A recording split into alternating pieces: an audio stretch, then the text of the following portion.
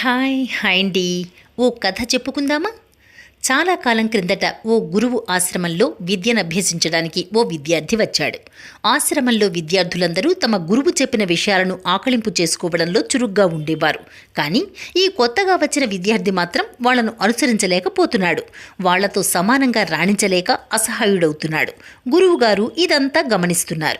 ఓ రోజు ఆయన ఆ శిష్యుణ్ణి పిలిచి హస్త సాముద్రికాన్ని పరిశీలించదలచి చేయి చాపమన్నాడు. కొద్దిసేపు పరిశీలించిన మీదట శిష్యునితో, శిష్యా, నీ జాతకరీత్యా నీకు విద్యాయోగం లేదు. అంత వెతికినా నీ అరచేతిలో విద్యకు సంబంధించిన దాఖలాలు కనిపించడం లేదు కదా అన్నాడు. అప్పటికే నిస్పృహలో ఉన్న ఆ శిష్యుడు ఇంకా కృంగిపోయాడు. నాయనా, నీవిక మీ ఇంటికి వెళ్ళి నీకు తగిన వృత్తిని అవలంబించడం ఉత్తమం అన్నాడు గురువు. బరువెక్కిన హృదయంతో ఇంటిబాట పట్టాడు శిష్యుడు. దారిలో మదినిండా ఆలోచనలే. కలత చెందిన మనసులో ములుకుల్లా బాధించే ఆలోచనలు తప్ప ఏముంటాయి? ఓ పక్క తల్లిదండ్రులు ఏమంటారోననే బాధ, మరో పక్క స్నేహితులు గేలి చేస్తారనే శంక, ఇరుగు పొరుగువారు తన్ని తక్కువగా చూస్తారేమోననే సందేహం. పరిపరి విధాల ఆలోచిస్తూ ముందుకు సాగిపోతున్నాడు. కొద్ది దూరం వెళ్ళాక దాహంగా అనిపించింది. చుట్టూ చూశాడు. ఓ గ్రామం సమీపంలో చేద బావి కనిపించింది. గ్రామస్తులు అందులో నుంచి ఒక రాతి గిలక సాయంతో నీటిని తోడుకుంటున్నారు. ఆ బావిలోని నీటితో దాహం తీర్చుకుని పక్కనే ఉన్న చెట్టు నీడన సేద తీర్చుకుందామని కూర్చున్నాడు. బావి వైపే చూస్తున్నాడు. తాడుతో ఒరిపిడి చెందడం వలన రాతి గిలక అరిగిపోయి ఉంది. శిష్యుడి మదిలో ఓ ఆలోచన మెదింది. చేదగా బలహీనమైన తాడు వల్ల ఒక రాయే అరిగిపోయింది. అలాంటిది సాధనతో నేను విద్యను ఆర్జించలేనా?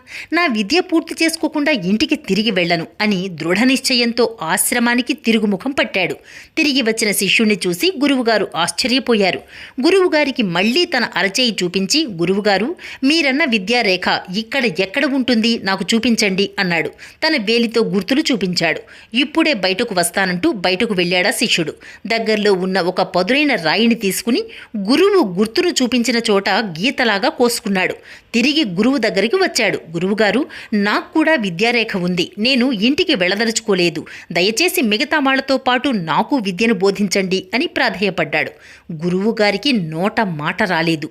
శిష్యుడికి విద్య పట్ల గల ఆసక్తి చూసి ఆయన హృదయం ద్రవించిపోయింది. అతని పట్టుదలకు ముగ్ధుడయ్యాడు. అతనికి కూడా విద్య నేర్పడం ప్రారంభించాడు. అనతి కాలంలోనే ఆ విద్యార్థి మిగతా వారందరినీ మించిపోయాడు. పెద్దయ్యాక ప్రపంచంలోనే అత్యంత ప్రాచీనమైన భాషగా భావిస్తున్న సంస్కృతానికి వ్యాకరణం రచించాడు. చరిత్రలో మిగిలిపోయాడు. ఆయన పేరే పాణిని. ఆయన మహాకవి.